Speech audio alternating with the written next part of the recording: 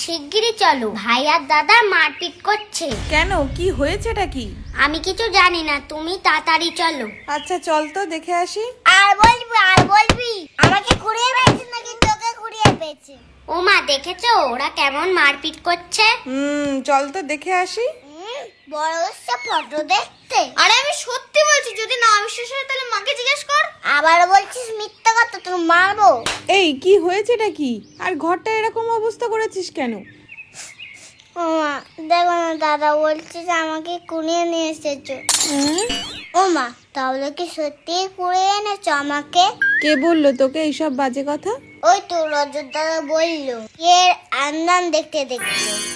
তা কি বলেছে একটু শুনি তোর রজত দাদা। তোমরা বিয়ে আনবালে আমার তো একটাও ছবি নেই। আমি কি তখন ঘুমাচ্ছিলাম? আমি কোথাও ছিলাম? আমার ছবি নেই কেন?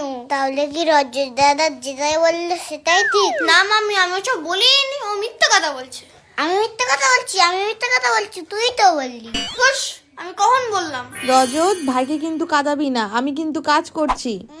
তোকে ঘুরিয়ে পেয়েছে, হ্যাঁ, তোকে কুড়িয়ে পেয়েছে। তোকে পেয়েছে, তোকে। যা তো, ভালো হয়েছে।